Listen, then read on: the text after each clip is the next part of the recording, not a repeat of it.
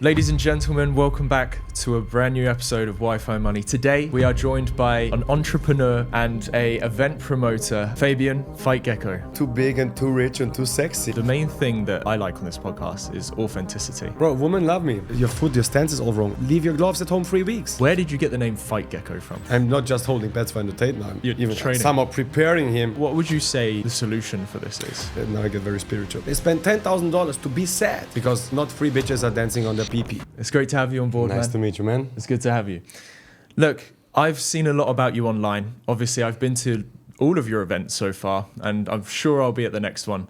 Now, what I want to do today is really get insight into who you are and how you came to where you are today. Because online, it may seem from an outside view that you're just one of those guys that have it all, but I'm sure there's a great story behind it. And that's what I really want to unpack with you today. So you guys at home, maybe you're sat there in your bedroom thinking, how can you get there?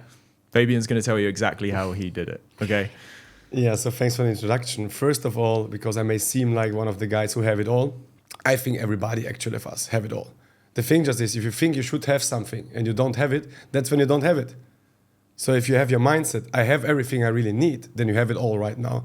That's to put it up front. But that's, of course, what I didn't knew back then when I was a child, because you don't learn these things. So I was a normal kid, and like every kid, you just become your environment. So wherever you get thrown in, you just adapt. Where are you from? Let's break it down and really dive into your story properly. Where are you from? What was your childhood like? You know, did you have parents at home? How was school? Tell me a bit about it. So both of my parents are from Romania, actually. And when my mother had me still inside, right, I was not out yet. My father left Romania through the river. First time he got caught, went to jail, and then he had to try again, boom, and that's how he came to Slovakia with one pair of underwear, basically. And through Slovakia, somehow he made it up to Austria. And then, they brought me to Austria, and I got born in Austria. So Romanian roots, grew up in Austria. And like they came with nothing. They built up, I would say, a normal, average life. That was then also later the conflict, of course, and I wanted more, because that was basically all their goal, everything they wanted to reach and achieve. And then, of course, if you want more, they are scared to do it. So a lot of this mindset then was to hold me back, to protect me, what I got from them, right? Not to strive and try new things. That's very risky. Mm-hmm. But that's it, basically. Grew up in Austria, was there all my life until with 27 then. I started making some money with my business, so I could afford to travel to different countries. Went then to Warsaw, spent 3 summers there, 3 summers in Europe there, 3 summers now here in Dubai, and now fully moved to Dubai at age 31 and want for the next decade to build here something, yes. Nice, amazing. I want to rewind a little bit into that story of your childhood. I love Romania. I was speaking about this on the last podcast with Warren, actually. I spend a lot of time there. It's one of my favorite places in the world. If the taxes were amazing, I'd live there all year round. Tell me, why did your dad move in the first place? Why did he make that journey? I have to have a better life, right? Why do we move to Dubai? Here is where the opportunities are. If you want to win in life, you must put yourself in a position where you see the opportunities. And how was your childhood in school? Were you like one of the cool kids? No. Were you a bit of like a geek? Were you actually the opposite? The guy always would try to be cool, but because of the very stupid, just you come from Romania, we are Austrians. Everybody, of course, tries something. And that is also how I then came into fighting slightly, because at age 13, 14, I was always a little smaller kid. And these people, they were talking shit all the time, right? And they were so annoyed already and so angry, but I could do nothing. So then I started researching what happens if I beat someone, who wins in a fight, And then I just realized it doesn't really matter who had the bigger mouth, the bigger muscles. If you fucking hit him first, he will stop. And that's exactly what I did then at one point. So I realized, okay, these people who start talking shit, just hit them and go on him. And they will always shut them off. That was exactly what happened. After your first time punching somebody, what happened? Yeah, I mean, he shut up. Did you get in trouble at school? I got in trouble mostly because other stuff, because just stupid things, because I was bored. Mm-hmm. Not that bad. Of course, he does something, you defend yourself. It's a self-defense, right? The problem was later that I used more the violence. I would say I was never that violent or like a gangster. I was never in jail or something, but I ended up in some or pretty many fights, because I always then thought this is the only solution, right? Yeah. So you found one that worked, and you were one that worked, right? Repeat. Obviously, it should be the last one, right? First try to think strategically, solve it with words, solve it with actions. And then, but the thing is, if you have this as your last bullet, people immediately stop even starting the shit. That's the good thing. So I know you've got the being bullet. a fighter. The bullet's in the That's chamber. the good thing. Yeah. Nobody ever has a problem ever with me. And the people who do sometimes, when you go out, after 2 seconds, they realize there's something wrong and they just give up, right? Yeah. So that's, of course, very good if you know how to do it. And you must know how to protect. Were your parents the type to encourage this kind of behavior? Absolutely or not. The opposite? Absolutely not. They said, do nothing, go away, be the pussy, because they wanted to protect me. Mm-hmm. And it should be in a way, but you should never downgrade yourself or let other people treat you in a bad way. Mm-hmm. What view do you have of yourself if you don't defend yourself? Nobody fucks with me, right? That's how it should be, right? But also, I don't put myself in the position to start all of these things, right? I just go. But don't push it too far, because you don't want me to get angry on you. And I have the tools and everything to defend myself. So you must be prepared, and then you actually never use it. If you're not prepared, you get fucked off all the time. Like a nuclear weapon. You don't really want to drop the bomb. Not really. We've tested it Not before. really. We know it works. Really. Not really. So tell me, when did you first start training martial arts in general? What was your first martial art? How did you get into It's it? a funny story, yeah. So I always fought then from 15, 16, 17 because I was out always with these Canucks, backed by Just Chechenians and Bosnians, and they would be big crew. Alone I was nothing anyways, you know how it is. But with my crew, nobody wanted to fuck with us. So we started the most fights always in the club. Every weekend we had some beef with someone and started the fighting. Until at age 19 I realized, hey, there's a kickboxing club. And I thought, let's go there and show them who the boss is. Boom, went there, got one low kick, I couldn't walk anymore. So 2 weeks break. Went again back in, broke the toe. Went back in, broke something different. Went again for a few months, somebody broke my rib. Then I realized, fucking hell, real fighting, that's something different, a different level. And that was the best thing that ever happened to me, because that humbled me. That showed me that I'm not that strong. Right? You get humbled, and then you realize your position, and then you can act with wiser decisions. Because if you think on the top of the world, at some point you just fall down, right? So your first was kickboxing, and then how did you evolve from I that? learned kickboxing. I went there. Like I said, I always got beaten up. Then I decided again, because I was still too cocky, not that cocky, but still, okay, give me a fight. And then he said, okay, I'm for 70 kg, 20 years, 1 year of training against this 30 kg guy, 80 kilo. So you should never do this. Bad matchmaking was, of course, and risky. I took the fight, obviously had bad preparation. Then is also when I realized just because you train with world champions doesn't mean they can transfer the skill of a world champion. Coaching and doing it yourself is completely something different. So I went to the fight, got kicked, ribs into my lung collapsed, ended up in the hospital, almost died actually. If you see it here. Oof. Yeah. That was my first 6 months, my first fight. This happened.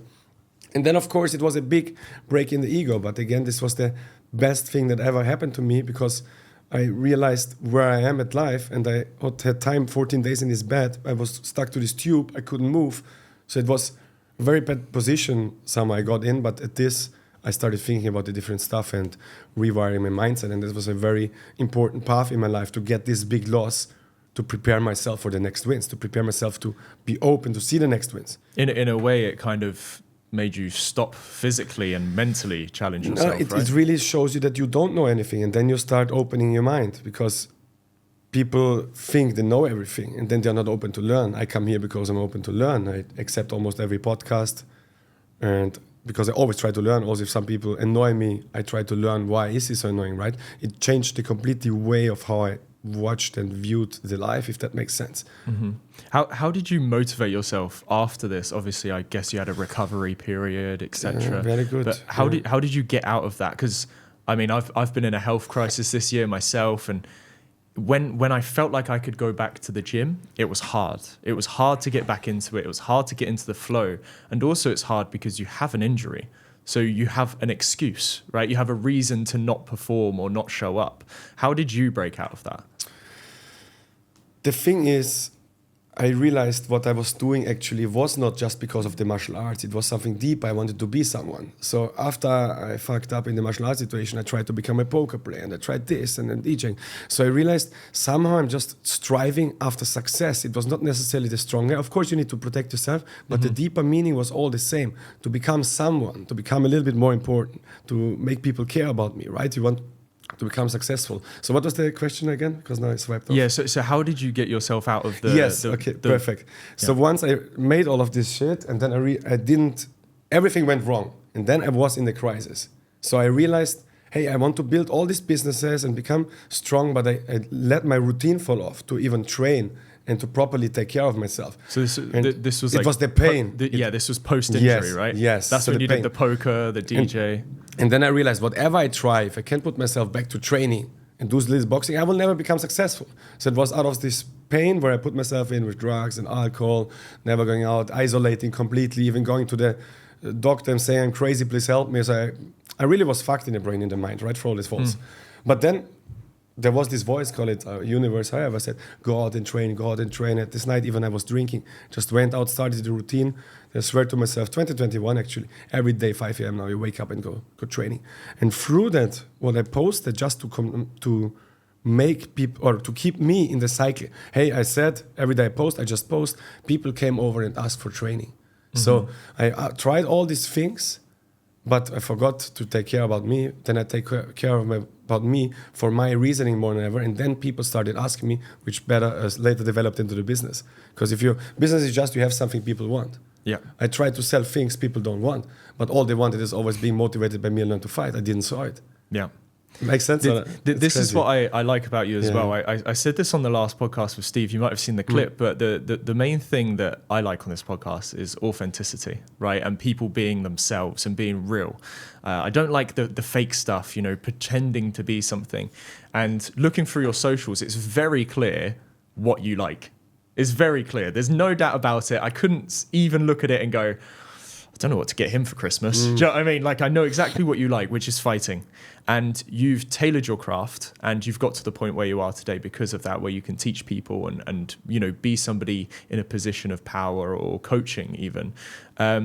Now, just going back to that period, obviously, where you were injured. So how many years, if you don't mind sharing, how many years was that period in between like your first fight and then like your next fight? So, 21, I ended up in the hospital, and then the next 4 years it went worse and worse and worse. So obviously I tried to, I wanted more. So, but at the end I didn't even care about the basics anymore, right? So I was so obsessed with getting something.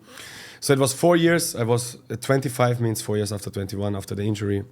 I was exactly at the downfall. And then is where I heard the voice when I restructured, started it.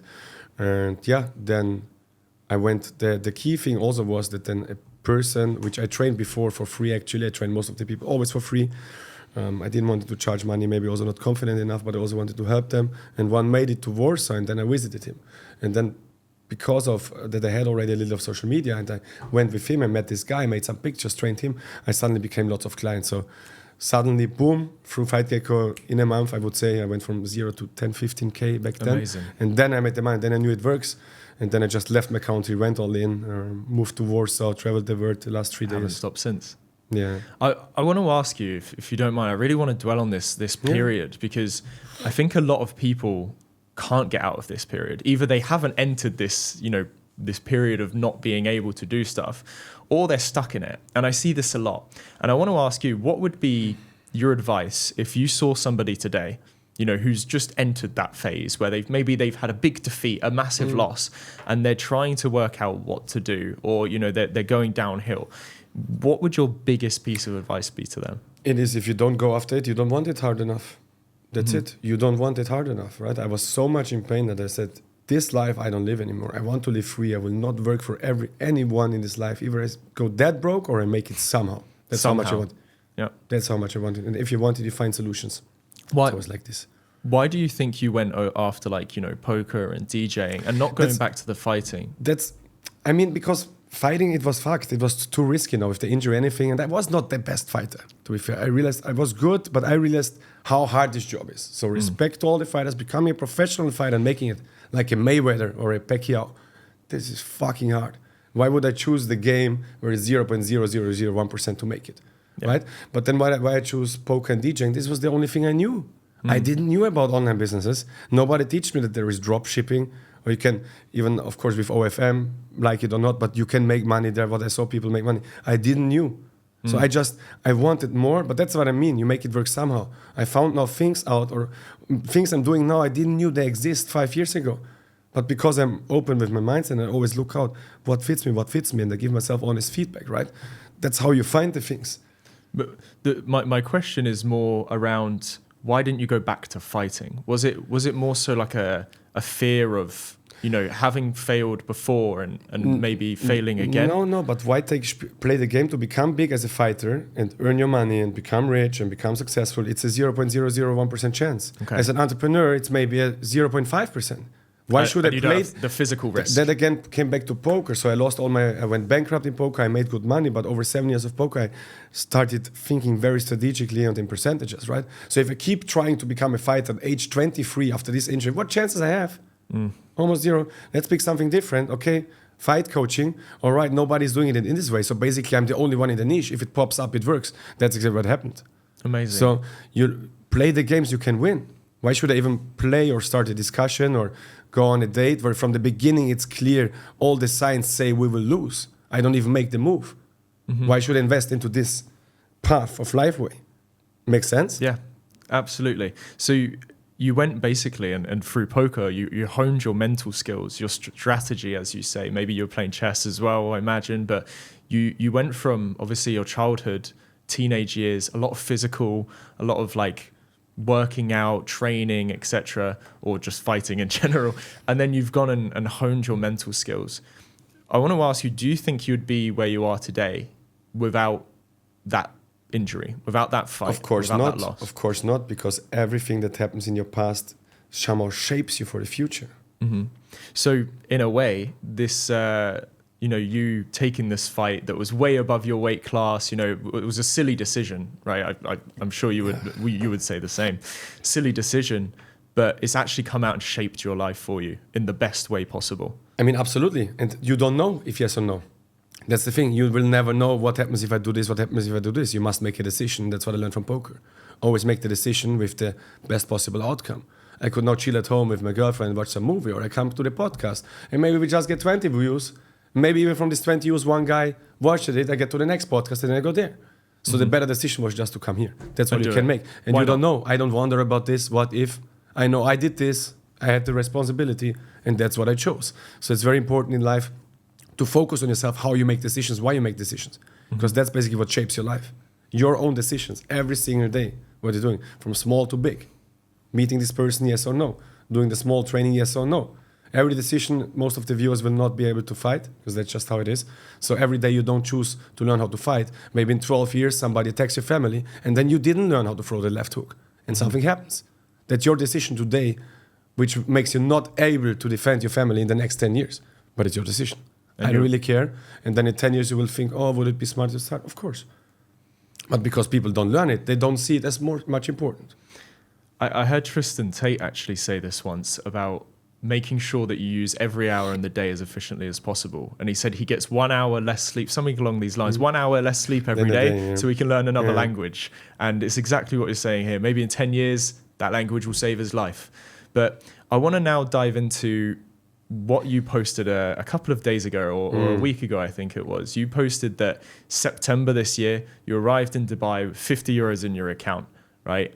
And I went to the last show you did. I went to the one in April. It was massive. You had incredible cast, incredible lineup, incredible fighters. You had the whole crowd full of, the net worth in that room was, I don't think you could even measure it, right? But how did you do that? What's this story? How did you, because obviously you had the first fight in April, and that was a great success, at least from what I can see. Now, how did you end up in that situation in September? It is, again, thinking you're too big and too rich and too sexy and then living over your real level, right? Okay. I made the most amount of money, of course, after the event. Not of course, basically I should be proud of that because most fight promotions cannot make money in the first fight, but because of my network and all my people and the trust I built, I made some profit. But then I just spent the money, very bad money management, and then 5 fighters jumped off. Not that bad, I'm always at the limit, but then 5 fighters jumped off from the camp, which means the fight camp money is missing, and then I ended up 40,000 euro, I don't have the money. And then I need to go to Dubai, I don't have any hotel booked, let's go right now, start training. Obviously here I have the clients, so I knew I come back, have the clients go back to the routine, but then it just ended up like this, that I just had 50 euro when I landed, because something got booked from the credit card. Then it was just 50. I had to actually tell my girl, please send me money. I cannot book the hotel. So that was basically 3 months ago. But then, of course, Dubai effect and You become your environment, right? Dubai effect. And after 1-2 months, I made again directly record month. Because, it's a lot about your environment, what you're doing. It really tunes into you and you become a different person, really depending where you are. It's absolutely true. And that's why I now decided to come to Dubai. I took my first apartment after 3 years of traveling and not knowing where. Here is where. Dubai, you become successful. Dubai, you can build something. And that's exactly what I should do with 30 years right now. Who wants to build a family maybe later. Here, build your base, make connections, make some money. And I'm going to quote you on that. Dubai effect. Dubai effect. Dubai it's effect. A real thing. The Dubai effect is real. Now, obviously, that's really insightful because not many people would tell the truth about that. Why not? Like, not many people would say, why not? I was pretty broke at this time and this is where I am today. But I want to... Because they measure themselves in money in the bank account. I'm the same guy if I have 1 million or $1. Right? That's the thing. But most people who have money, they don't have nothing else to prove. They are not funny. They are not fit. They cannot fight. They cannot take care of people. All they have is money. So of course, when I don't have money, they feel bad. Money's here. It's just a tool, basically, right? Is it smart investment? Probably not. But that means how confident I am in myself. I make it back. I spend my last money today if I want. Make it back tomorrow. It's just money. Are you one of these people who save, or do you actually like to spend I should what save. you get? I try to learn myself at age 31 to save. But then that's just the thing. Then I have an opportunity like this. If I would have saved, I never start my first show. Because I didn't have the money even where I signed. You wanted the story? I had 5-6 people of my clients who want to fight. And then I think, why don't make my own fight show? And getting the quote, it's $500,000 dirham. Where I get the money from? I don't know. I signed the contract without the money. What saving? So that's how this came around. Yeah. So you just had a couple of clients who really wanted to fight. I did one-on-one coaching, pricing. I can be also transparent. Before online academy, I sold for $2,000-$3,000. Then the one-on-one coaching where they also meet me in person, $5,000 to $7,000. Had 4 or 5 clients, so leverage at 30-40K. But having also my people, so all the costs, so running break even while making good money. And then these people want to fight. And I realized when these people have a fight, they're way more motivated to go into the coaching, basically to join the fight camp, to take the online academy, to learn. And then I thought, why not making their own thing? So that's again, I was open. Okay, this is what they want. There are no really good shows. Why I don't make my own show? It would be the best thing, obviously, right? Next decision, if you're open to it. And it was 500,000 dirhams. These 5 people said yes to the fight camp. So I charged the fight camp around 8,000 euros or something, $8,000. So I knew, okay, now I have 30%. I don't have everything, but I need to pay in 2 months. So if how do I get the rest? Yeah, but if these people said yes, am I confident enough to get 15 more people? Yes, sign. And that's then how I made it work, right? Lots of headache, lots of risk, not for everyone, but that's how I made it work. And you must take big risks. Calculated decision. And I always think about Dana White, who was $10 million in debt and now has a $4 billion fight league UFC. So fuck it. That's the mindset. You must be mental enough to try it. Otherwise, become an employee. Again, but before we did this podcast, I was waiting for you. I scrolled through your Instagram and just looked at some of your older posts, and you posted something, I think it was 22nd of December 2023. So that's like 4 days from now, right? 2 years ago. And you posted, I think it was along the lines of like next year or the next couple of years are going to be the biggest. You watched me, you with Con in a picture. And the caption was literally predicting that you're going to do exactly what you've done. Funniest thing is I predict so many things and it's crazy. Also like Andrew Tate now has had the fight in 2 days. I now ended up coaching Andrew Tate. His content team made amazing pictures and I had 3-4 years ago on my thing, hold pads for Andrew Tate. I'm not just holding pads for Andrew Tate now. I'm even training. Somehow preparing him. Of course, 0.1%, right? To be fair here, right? I'm not the main coach or something. But I could teach him something from learning everything from him from YouTube to being with him there and really teaching something, being with him. So absolutely mental. Because if you don't see it here, where you want to go? That's the thing. All the things, and now I get very spiritual, everything is here. I want to become, I don't know, Cinderella, open a nightclub, a fighter, everything is here. But because you don't know what you actually want and you have the wrong internal state and mindset and view, you don't see it. But everything is running here around. This is a great like segue. I see a lot of people, and it's a very like contradicting thing in the entrepreneur space. People who write down their goals and vision boards, etc. Personally, I've never been one to do it. I used to have a business partner. There we go. Mate, do you want to show the camera, mate? Yeah. So actually, this I made I think 1 year ago, and I can't move back. But here we have the 1 million, unfortunately, but the Rolex not this one, but the other one. Charity, trying my best to always give people. Andrew Tate was here, speaking was here, did know a lot of speaking things. I have more traveling, little car, little bit more money, and especially Fight Gecko. Yeah, universe, understand how small you are, that you're just a part of many, you don't know. We are nothing, right? Remind yourself always how humble you are. That's what life taught me. How strong I thought I am, or how smart I am, or maybe I am more than average. I'm still absolutely nothing, right? That's this picture. Of course, traveling, speaking, private jet at sometimes when I'm smart enough to make more money, right?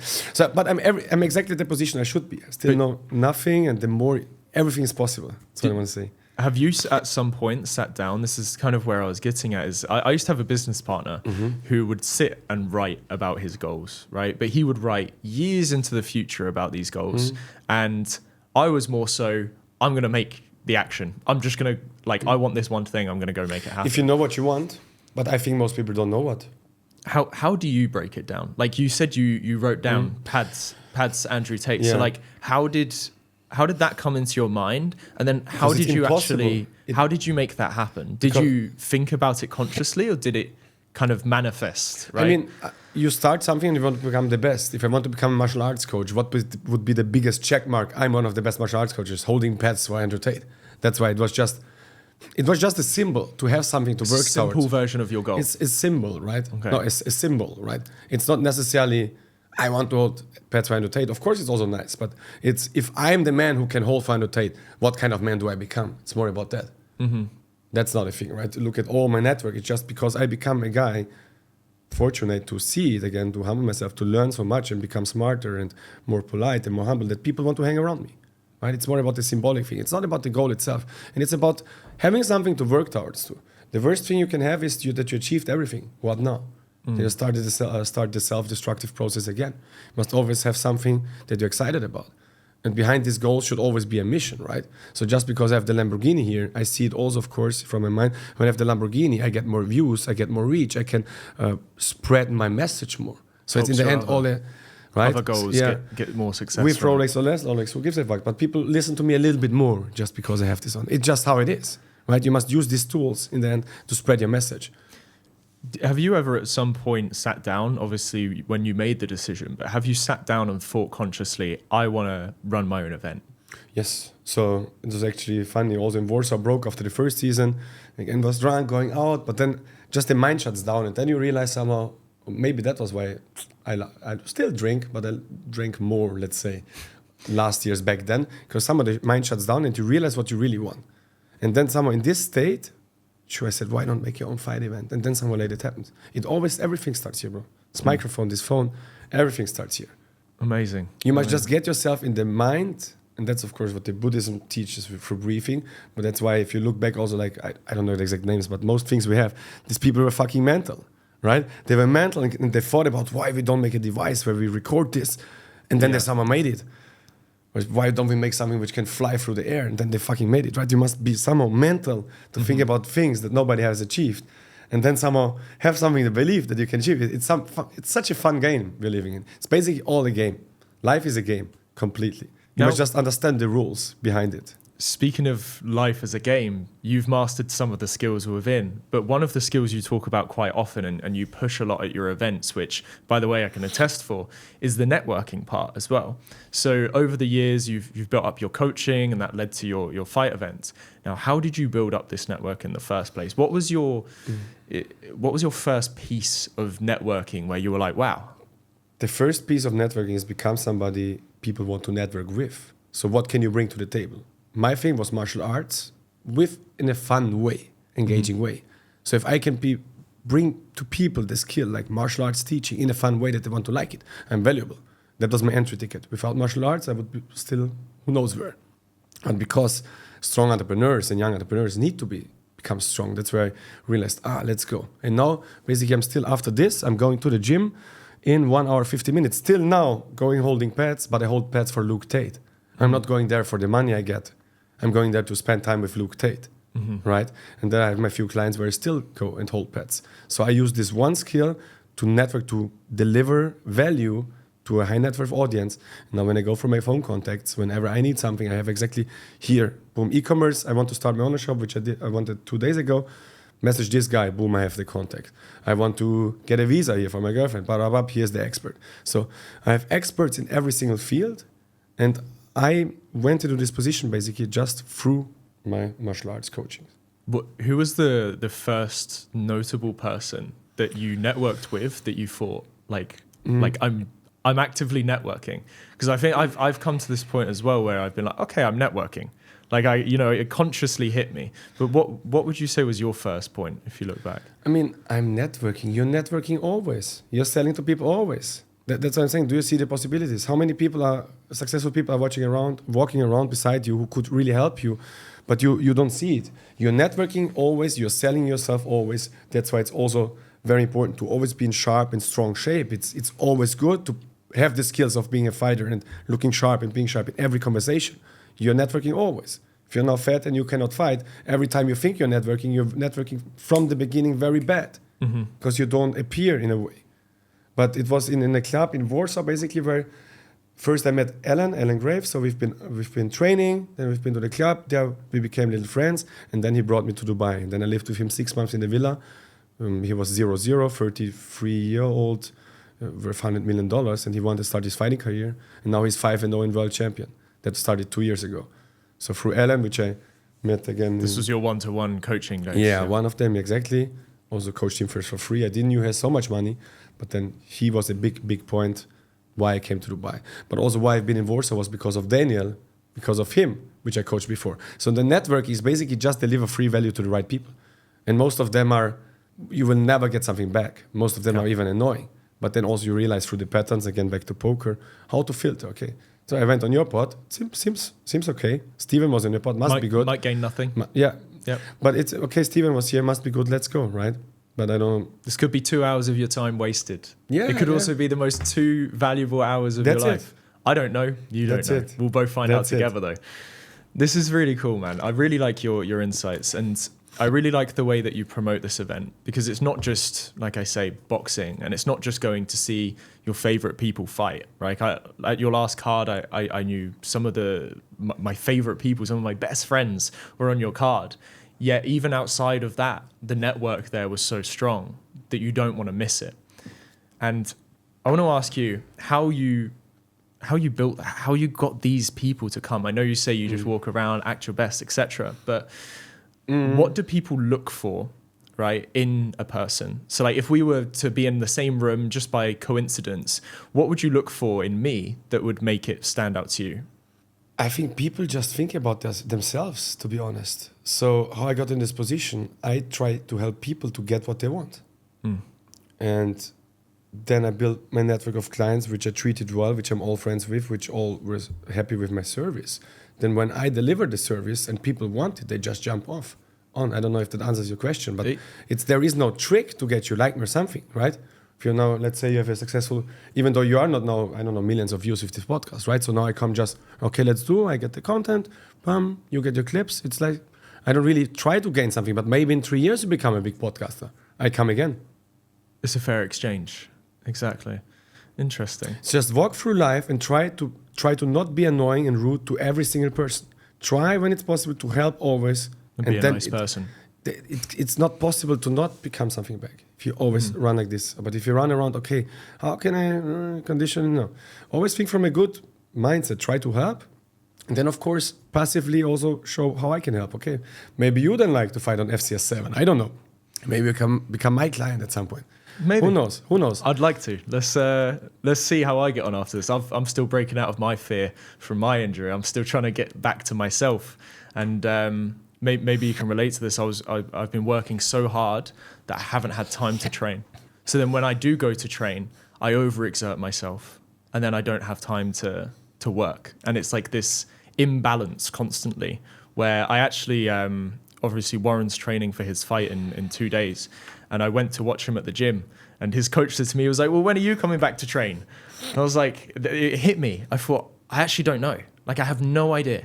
I could say next week, but I don't know if I can make it because of what I'm doing. The thing is just, that's exactly what I said. You say you don't have time. We all have the same time, 24 hours. And you just didn't experience enough pain that you say, I will make time now.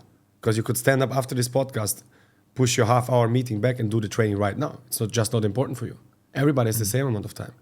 And I don't point with the finger. I also didn't train the last 1 month. I didn't take the time to go back for training right now. But I know I will. Now, outside of this, you're obviously training a lot and you've been organizing these events. Now, I'm just guessing. I've organized a birthday party years ago. It's not fun. I don't enjoy it. But what's it like organizing one of these events behind the scenes? Because I've been thinking it leading up to the fight. And then when I turned up to the fight, it's like, wow, like you've put this together. I don't know if you have a whole team. I guess you have people with you, right? But how have you actually gone ahead and got all these things to come together? To be honest, I didn't knew what the fuck I signed there. I just didn't knew how it works. Of course, I had a team in the background, but now I just realize all the parts and that actually they don't even do the work better. So now the more you watch it, you realize, okay, this we need, this we need, this we need, this we need. So you need a lot of structure and it's a lot of stress on the fight night when you realize there is no structure done. So somehow it evolved. Of course, I partnered with the EMD stream platform who did the previous fight events. So I somehow collaborated with them. But now I just realized, okay, here they also made a mistake, here they also made a mistake. So why not learn everything in the department? So you need a lot of structure, you need a good team. And also there is where I need to grow right now, right? Leading a team from becoming one-man show. How did you collaborate with EMD?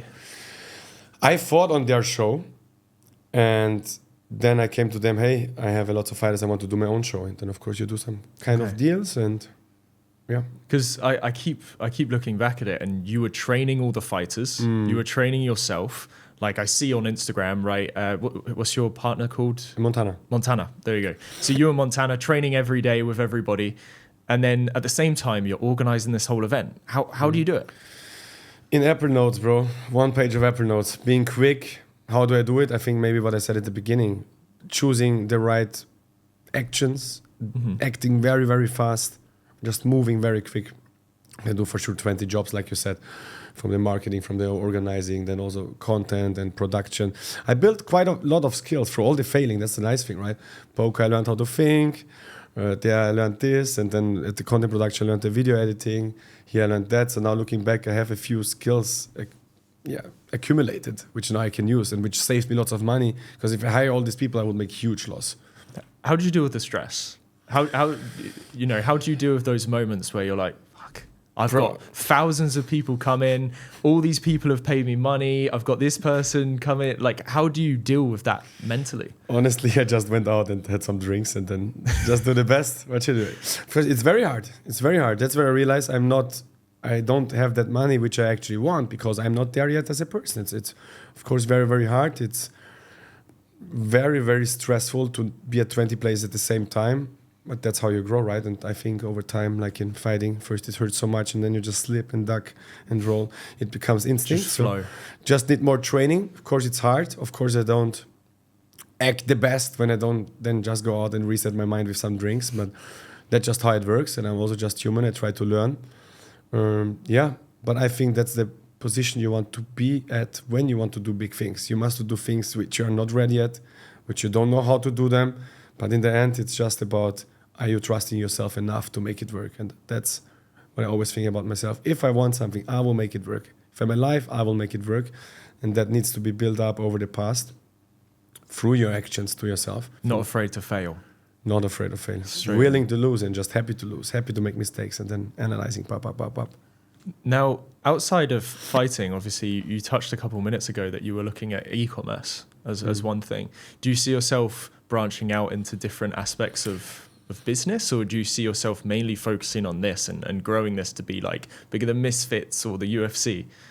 No, it's more about the mission behind. So I want to push the mission that fighting and becoming a true man and learning skills how to fight makes the world better, because especially the world better when the rich dudes do it. Because I know many successful people with money, but they're idiots. Nobody want to hang around with them. So mostly I got invited before the other millionaires. So people, if you have money, you just want to be surrounded by a funny guy who can fight either, right? So yeah, hard to say.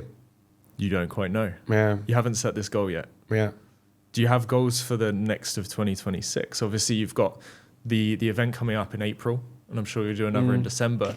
But do you have goals for these? Do you have targets that you want to hit? Big goals, and I just printed today again screenshot of the Coca-Cola Arena. So I want to go to the next level. I want to make it way bigger. I need way more budget for that. So let's see how the things go with the sponsors in the background. But if I get the money, if I get 5x the money actually from last event, I risk everything again, go all in on Coca-Cola Arena, bring a very, very big name, well known, and then I try to make an event in the Coca-Cola Arena. So of course, always growing, risking it all again, I think. Strategy and then all in. You really haven't gone past the poker days. You go all in. I play the win fully. Otherwise, like I said, because I'm happy also right now, I realize I don't really need that much to live. I'm exactly where I want to be. Obviously, I want to have reach more materialistic things, but from internal, it's fine. So why not risk everything again to make it even bigger, maybe write some history. Or otherwise, at least I tried, but I'm fine with it also, right? Can you tell me who this big fighter is you want to get?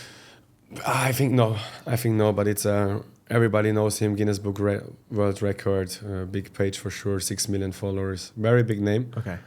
And yeah, we don't want to go into the UFC niche because you asked, we want to stay with the entrepreneurs. We have 80% entrepreneurs, just boxing. 20% big names to just make it entertaining, right? So I don't want to be the professional jumping board, but I want to be at the, this is what I started actually before, when all the entrepreneurs become better men through fighting, the world can be better. So that's the end goal mission. And to push my brand, of course, you have the fight events, you have the coaching, you have the e-commerce, it's all fitting back into the mission, right? How can you make people aware to believe into your mission? The finances are like a side product, basically. Yeah, it's just to bring the brand out, right? It's not really to make money. But of course, I want to have everything. And the own gym would be nice, right? Own gym in different countries would be nice. But who knows where it goes? Life is all about growth, right? Either you grow or you die. And if you're just moving forward and extend and try new things. Currently, you have the online coaching, right? I know you said this has been your thing for 4 years. 4 years now, yeah. What does the online coaching look like? If I was to, if let's say today I wake up and I decide I wanna learn from you. I can't afford to pay you thousands and thousands. I can't afford to maybe fly to Dubai, but how can I learn from you? The online coaching is basically exactly how I learned to fight. Because like I told you, I went immediately to the gym. I got first injured in all trainings and then I almost died at my fight. Was not the best. So don't do that. Then I said, you can do if you follow the next things. But for sure, if you don't have any experience, don't go in and do sparring and injure yourself. It's not the right move. The first step is practice and master the techniques without hitting anything. If you cannot control your arms, your hands, your movements, which 99% absolutely cannot, in air without punching anything, how you think you can perform these techniques on a moving target which wants to rip your head off? So people just jump to level 5, which is fighting, instead of going first, boom, boom, technique, shadow boxing. Number 2, practicing the technique on a heavy bag, least amount of movement, level 2. Number 3, going to the pads, coach more targets, more skill needed. Number 4, light sparring, technical sparring, partner drills, and then the fight. So the online coaching covers exactly the first step, which is the movement, control your technique, punching air, because you don't need to punch anything. So it's exactly the same what I would do if buy the more expensive one-on-one. We would still do shadow boxing, because that's where you're at. So it builds the proper foundation, which takes around 3 to 9 months, depending on your skills and your dedication. But it's built exactly for entrepreneurs, 20 minutes a day. It's exactly how I built myself back up when I was 25. Because I knew when I said I do 2 hours a day, I never did it. I just said, let's do 10 minutes every day. And to the 10 minutes, I stick on my worst days. When I got drunk the day before, hangover, I did the 10 minutes. And that's how I built this confidence into believing in myself also, hey, I can do everything. If you can do this every day, 10 minutes, it builds a sort of trust in yourself. And I just use this, which changed my life, and build it in a program. So everything stacked, boom, go in, footwork stands, 20 minutes, you do this. Next one, single punches, work on the jab, boop, boop, boop. Next module, passive defense, whoop, whoop. You just practice the movements. And probably if you film a shadow boxing, do some boxing, it doesn't look that good. You still need to work on your movement, right? When this is fine, go to the back, go to the pads, go to the sparring, go to the fight. But don't skip the moves, because that's not how you master martial arts. I really like this. So this is like the whole foundation, mainly of the online is shadow boxing. To the right things at the right time. Because simple. I see you on Instagram a lot, shadow boxing in public. Always. That's how I train. And I'll be honest, when I first saw it, I thought, why is he doing that? That's a bit embarrassing. But then I realized that when I'm shadow boxing, it is a bit embarrassing, right? Because you're thinking you cannot move. For me, it's dancing. It's fun. I'm boxing always. Like I was in Thailand doing some Muay Thai, and the coach said, get in shadow boxing. And you don't know what you're doing. So I was like, fuck, I look like a twat, don't I? But that is really what you're pushing there is, if you can do it anywhere, you should be able to do it at home, in your bedroom, That's the without thing. shame, That's the and thing. learn from it and get better. It's the best sport you can ever do, and everybody believes the scam fitness industry buying things to making you look good which you cannot use. That's for me what the dumbbell does.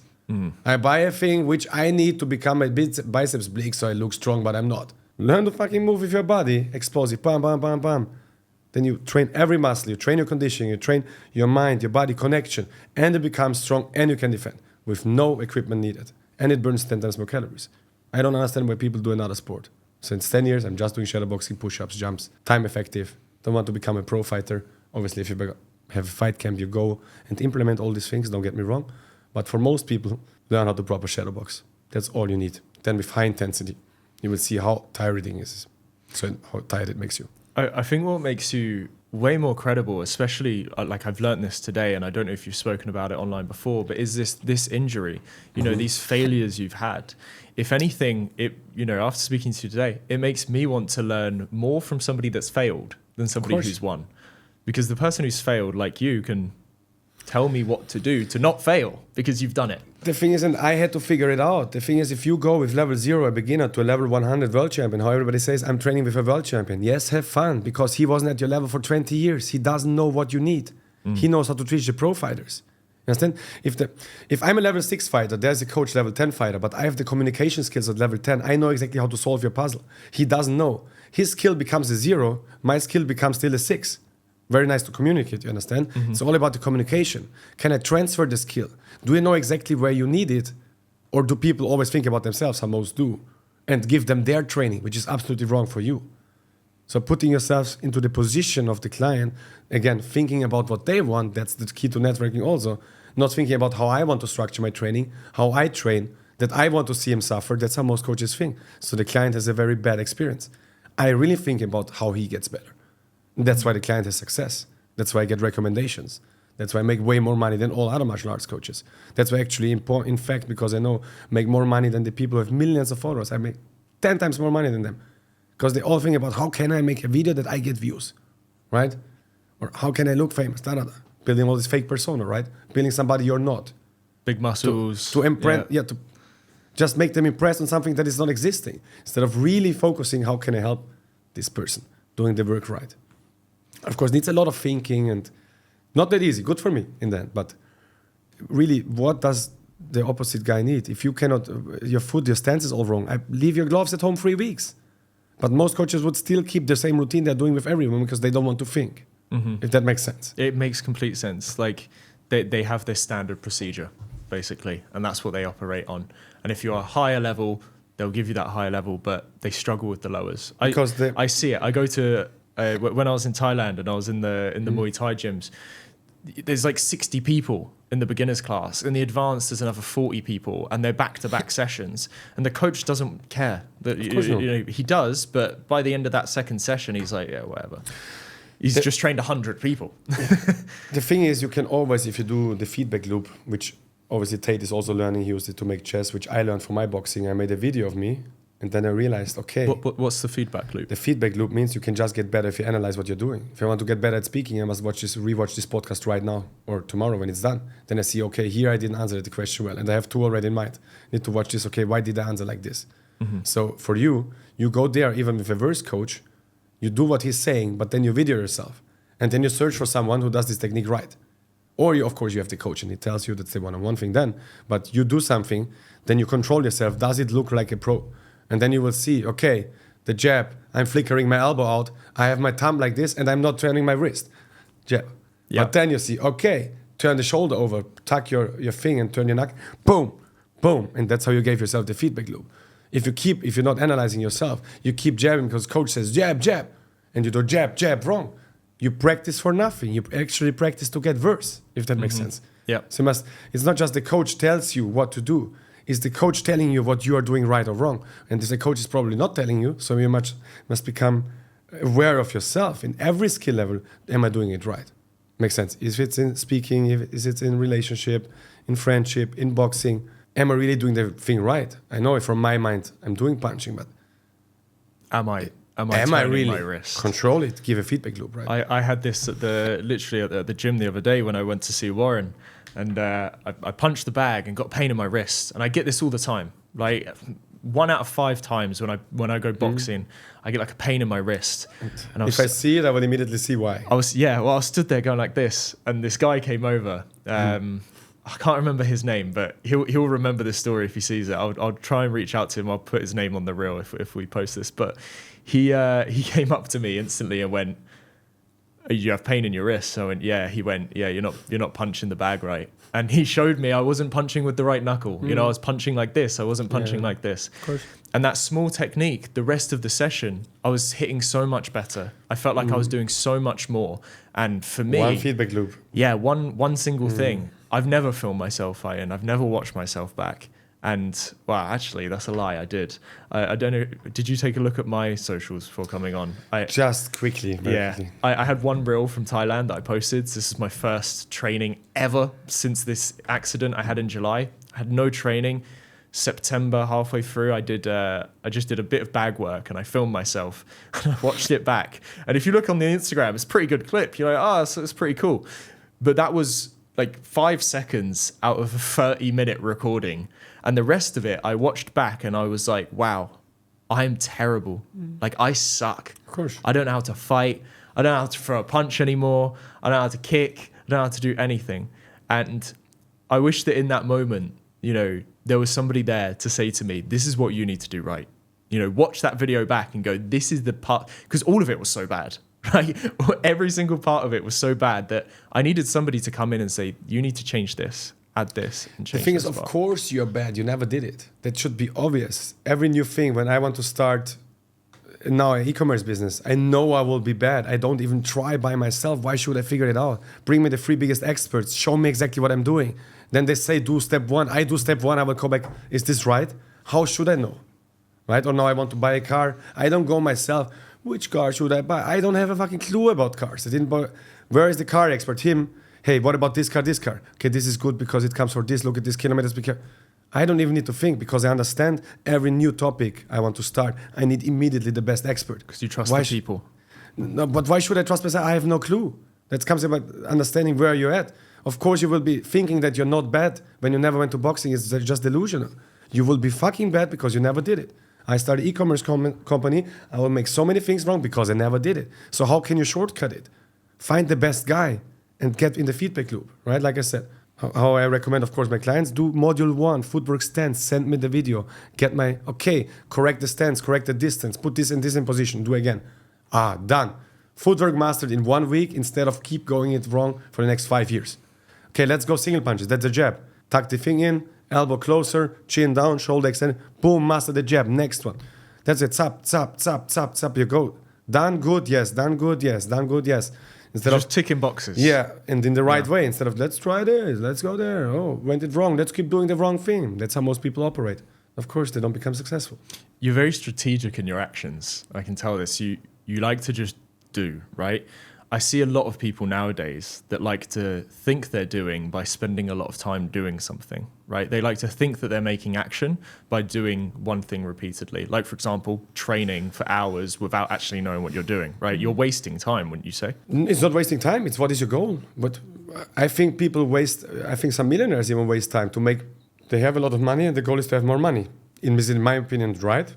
I think they're wasting money, but everybody must define for themselves. But if you watch again, and I learned this from, I think, Ray Dalio, watch the nature, watch the world to see how the world works. If you really watch and see how many people are they really happy, how many people really think they are successful. They define success maybe just as money like define, but if you look behind the walls, and I looked behind many millionaire walls, they are not fucking, I'm the most successful guy, the brokest guy, he has the best life in Dubai, I can tell you. So they are absolutely not successful because you must define what is success, and meaning has a good life to me. I'm successful if I like what I'm doing. I'm successful if I can enjoy my life. But also, of course, don't completely destroy everything, right? To have a nice balance.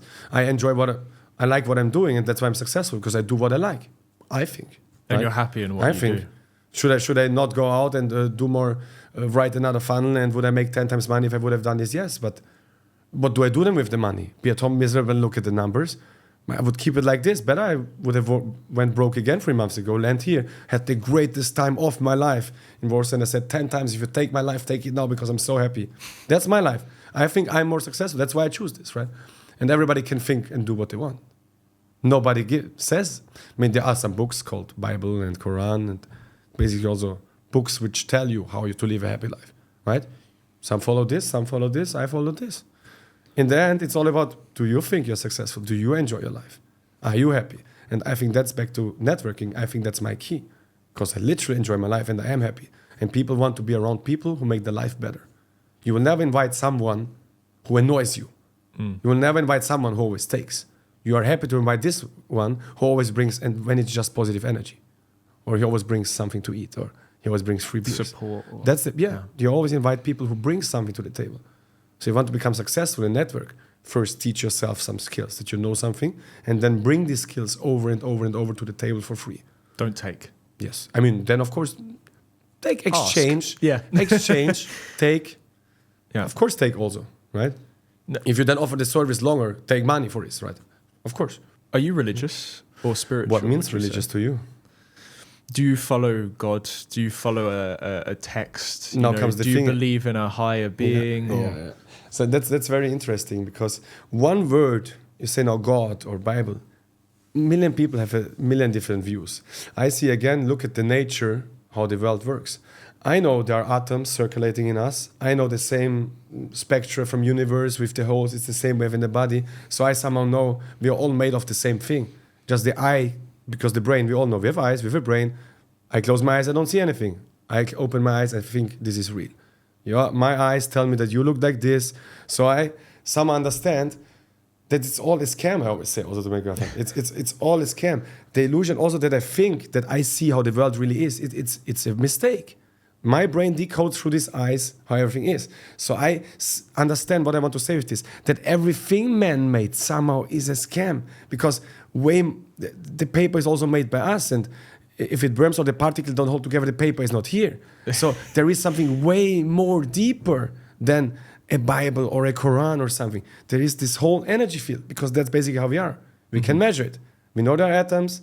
We know that we are basically made 99% of nothing, because these electrons and photons circle around this thing, and in between it's all empty, exactly like the galaxy and the universe.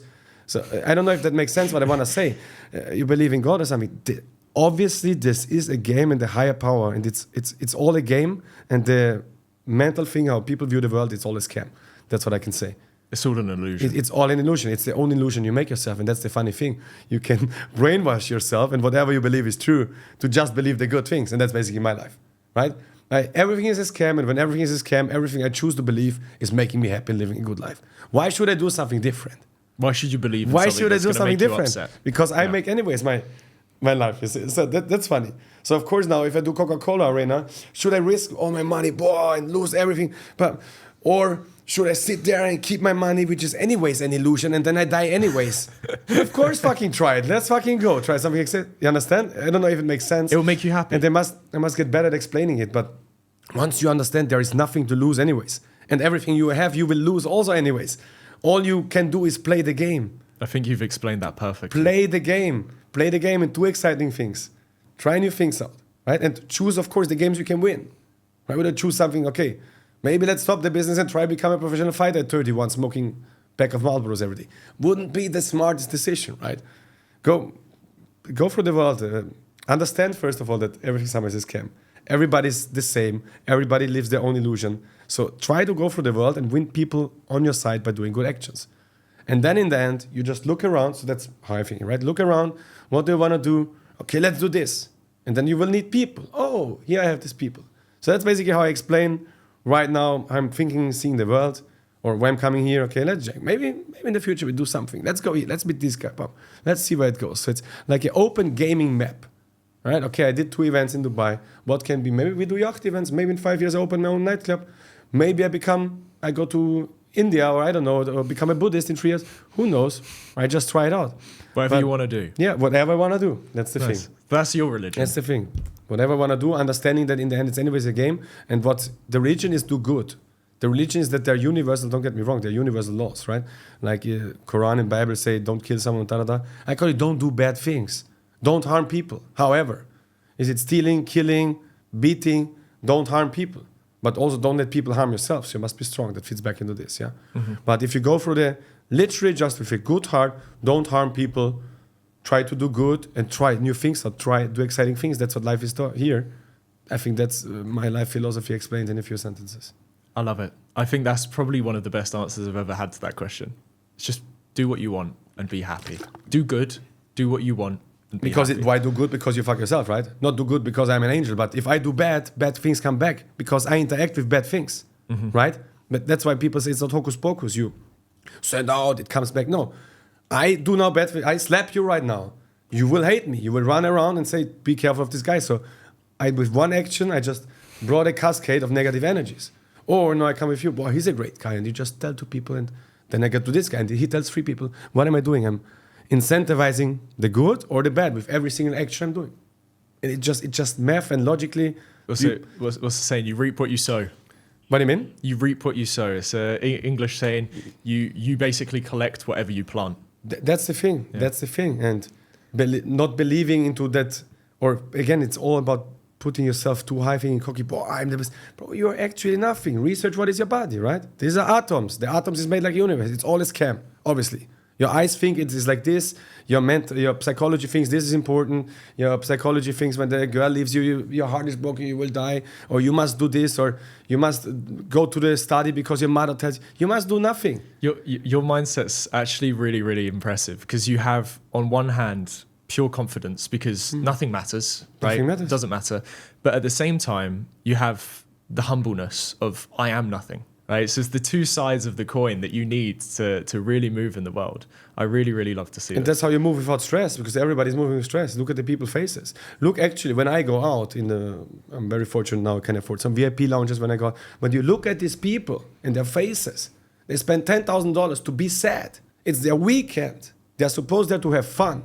And they're still sad because, I don't know, not three bitches are dancing on the PP in the club because that's what they want, maybe, for example, right? So even on the best days, people cannot be happy because they think life should be different than it is. Understand? a lot of people. Crazy. A lot of people have like what's called, I know it's a bit of a joke, but the lone wolf mentality, right? I see this a lot. You've definitely seen it online. Lone wolf mentality.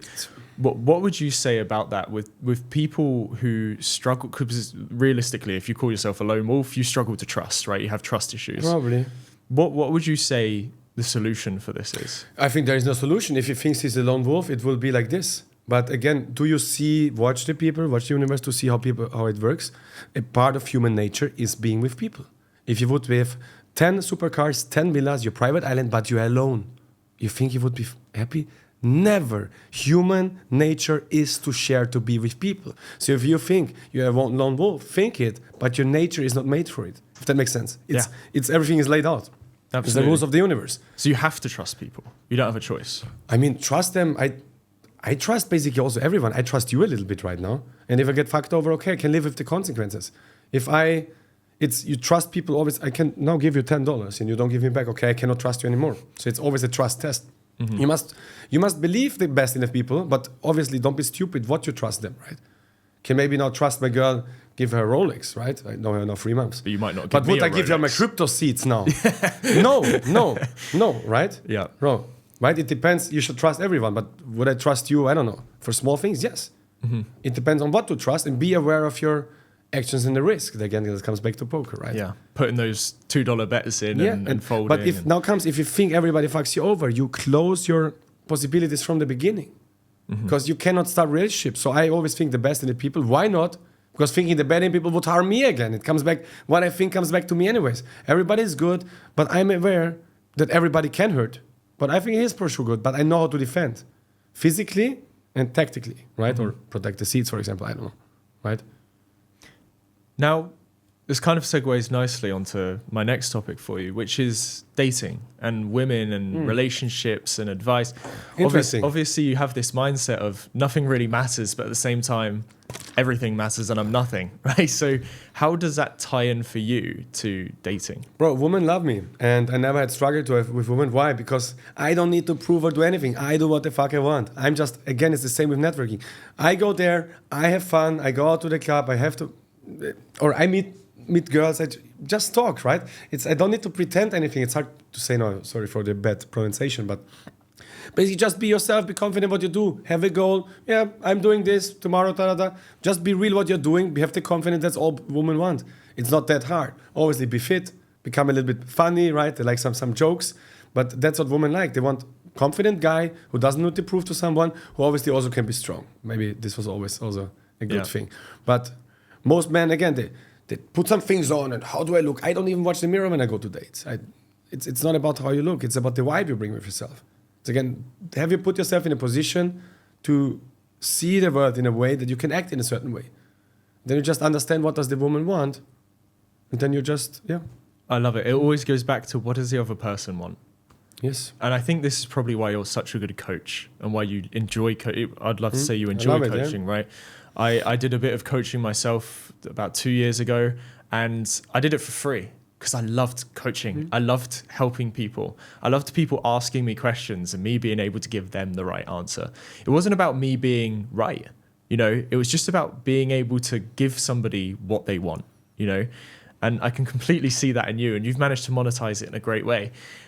One thing I see a lot of entrepreneurs struggling with is pricing, right? And I don't want to go into detail about anything you don't want to talk about, but how do you price things at a high point, right? Because a lot of people I see, they're like, well, you paid 10K? You paid 10K for this? Or you paid 50K? Or you paid 5K? It's a lot of money, right? How do you say to yourself, I am worth this? Like, how do you come to that conclusion? I can charge now 10K, for example, for the training camp because I have a unique experience. And the people I sell the training camp to, they don't give a fuck about money. They have millions. So how to sell expensive shit, have something with value to an audience which have money. So it's very, very easy, basically. I mean, if we go back to like when you were doing your first one-to-ones, and I think you mentioned... I charged $2,000 for 3 months, yes. 3 months? Yeah, 3 months, $2,000. And then the next time I just charged 2.5 and then 3 and then 3.5, and I got better. I implemented a feedback loop. I realized I'm the best in what I'm doing. Clients had amazing results, so I can technically charge what I want. They're willing to pay. I can technically, if I have the right audience and it's just supply and demand. If I now can just have 10 clients and I have 100 billionaires who want to stand there, I just price from 10K to 100K. I will still have 10 clients. It's all about supply and demand. Keep your prices free. Again, it's not that I overcharge people. I did 3 years of work for free when I had nothing. You created the supply. I created the demand, and I became good at what I'm doing. So the moment when I did the first client $2K, he lost 50 kg in 1 year after. He kept going. So boom, of course I charge more. Now I don't do any one-on-one coaching under $10,000. It's not worth my time. So yes, the academy is cheaper. I don't have time for that, right? It became pricey. But again, supply and demand, people are not that after proper martial arts coaching. People like more to post the picture in the gym, what I saw. So for people, I go to martial arts because I train with so many people who actually trained. 99% are shit. Because all they're doing, they're going there, hitting the bag 1-2 times, making a picture. They want to have the impression of knowing how to fight. There is just a really specific small group which I absolutely respect and which are, of course, in our training camps who really want to learn the fight. And they put in all the money down. It doesn't really matter. Was it 5K, 12K, 15K? I saw all the numbers, right? But they really want to learn the fight and they really want to have the best. And that's the people I want to work with. And luckily, we have 7 billion people on the world. So I just need 0.0001%. And I can make lots of money and lots of happy clients. You just must find the right people. And don't work with cheap people. I always buy the most expensive stuff. When I go to the shops, what's the best? What's the most expensive? Best iPhone ordered now, 1 terabyte. Best MacBook I can find. Always the best buy. And I will always be the best. So again, to sell. So you value yourself. No, it's like give good, get good back. My stuff is expensive. I buy the most expensive stuff. I value quality. Just the best. I don't like cheap stuff. I want the best, the quickest, the most efficient. For that, I'm ready to pay. I seem like the martial arts guy, or then other people know me from the party side, party guy. I love the topic human nature and what I always talked about, how the world works, because most problems in human society is their own mind, is their own beliefs, or is not to know how everything works. And I'm discovering myself. I'm not now a Zen master or something, but I understand that what most people want, or most people's problems, it's all 99% of illusion in their mind. Why people even start podcasts, why people want businesses, why people want chicks. It's all to compensate something, an illusion that they think they are missing something. right? So they run after things with the same wrong intention. That's always what I want to say, right? When I started fighting, I wanted to start a fight that people think I'm strong, so don't fuck with me, right? But the right thing should be to develop yourself, to do good things, to think with a good outcome. So I want to give the appel, I don't know if it's English, to the people that ask about every goal. Why do you want actually to build a business? Why do you want to have the girl? Do you want that you make your friends jealous, or do you really want to be with a goal and make a family? Do you want to build a business to then buy supercars and flex on people, or do you want to buy the business and make the business to then help more people? So because people put these goals without understanding what's behind, and then they get disappointed because it was the wrong intention they put into the goals. I hope that makes somehow sense, because my mind is also all over the place. 100%. A friend asked me this weekend, I met up with a friend, we run similar businesses, and he said to me, I'm sure we make similar amounts, we've never really compared the books, right? But he said to me, how do you work so much? I work 10 hours, 12 hours a day, and it's nothing. Like I'll wake up, I'll get my laptop open, I'll sit there, I'll take calls, I'll keep working all day. And it doesn't bother me at all, right? Of course, I like to live my life. I like to go out and do things as well. But it doesn't bother me. I can do 2 weeks straight of just sat there doing this, and it really doesn't affect me. And he said to me, how do you even do this much? Because he said, if I sat down and tried, I couldn't even work as much as you do. And I said to him exactly what you're saying here. I said, well, what's your goal? Is your goal just to make money, or do you want to be the best? I said, because the money doesn't matter to me. Like I've got the money, the business is running, right? I'm making money. I can afford to eat. I can afford to fly me and my girlfriend across the world and stay wherever we want. However, I just want to be the best, right? Because if not, what else is my goal? I have no meaning. But also it's the wrong question from him. How do you do that? I can't do it. There's the wrong question from him. If I don't like to do that, what else do I like? You understand? It's just he's got a different goal. He tries to be like you. I cannot sit on a fucking computer, and my girl knows I'm going crazy about not standing this. I hate on the computer, but if I go out and meet the right people, that's my way of work, which I work the best. I will never be the best computer geek. I will go fucking crazy for 2 hours. Sometimes I must do. See, I'm the same. If I go clubbing once a week, after a month, I'll be like, oh my God, my brain's going to explode. yeah. For example, you must find out what you want. Don't try to force yourself into another position. Don't try to be Fight Gecko. Don't try to be you. Don't try to be Tate, what most people. But I also tried at the beginning. Oh, put me a caption in Tate's voice. Obviously, it didn't work. So I am not Tate, right? I like some characteristics which fucking absolutely helped me building the business. But then there are also some Zen or guru things which I took in, or some sales skills from them, right? Just take the good things from the people and don't try to force yourself to be with somebody. Rather be open and ask, where do I want to go? Where is the next solution? Like when I saw there are people fighting, why don't I create my own fight show? Hope that makes sense. Instead of, I need to grow my coaching business. That. I need to grow my coaching business because this guy did it. So I researched 2 years of coaching business. I need to build it. But then I just said, why do I even focus on the coaching business if it's somehow not working? Why don't you? Here is an opportunity. Let's try this one. And then boom, it exploded, right? This goes back to, we had a guest on, a year ago now, who was a hypnotist, right? And he unlocked something in my brain, which actually made me go from this switch of I care about the money to the mission. And his mindset switched to me. He said it very casually. He was like, well, what's your goal? What's your goal money-wise? How much do you want to make? And I said, well, 20 grand a month, 50 grand a month, that would be great. And he was like, boring. He went, that's boring, right? You're setting yourself up for failure because you'll end up making 5,000, maybe 10,000, and you might be happy with that. He said, why not 100?